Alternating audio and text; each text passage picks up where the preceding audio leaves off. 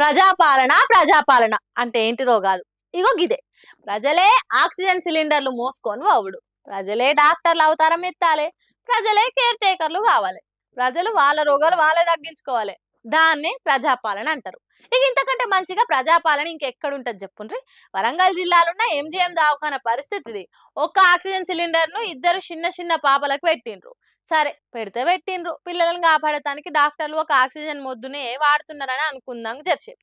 కానీ వాళ్ళ ఎంబటి ఆ సిలిండర్ ను నెట్టుకపోయటానికి ఓ కేర్ టేకర్ ఉండాలి కదా.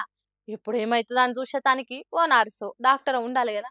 కానీ గడ్డి గంగల పోతేంది, ఈ వడ్లు వాగుల పోతేంది అన్నట్టు చేస్తే ఏందన్నట్టు చిన్న చిన్న గాలికి వదిలేసినట్టు చేసిండ్రు. రేవంత్ రెడ్డి సర్కార్ వచ్చినాక ఈ తిరగ నడుస్తున్నాయి సర్కార్ దవాఖానలు. నేను ఓను బిడ్డో సర్కార్ దవాఖానకు అన్నట్టు అవుతున్నది. ఇంత ఘోరం ఎందుకున్నాయి? సర్కార్ కొత్త కొత్త పథకాలు ఏమన్నా అమలు చేస్తున్నదా అంటే కొత్త ఏం కర్మ, పాత వీటికి దిక్కు లేదు.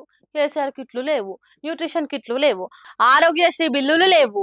అంతా అధ్వానం భజగోవిందం అన్నట్టే ఉన్నది సర్కారు చేస్తున్న పనులని మాట్లాడుకున్నారు ఆక్సిజన్ సిలిండర్ నెట్టుకుంటున్నోళ్ళు.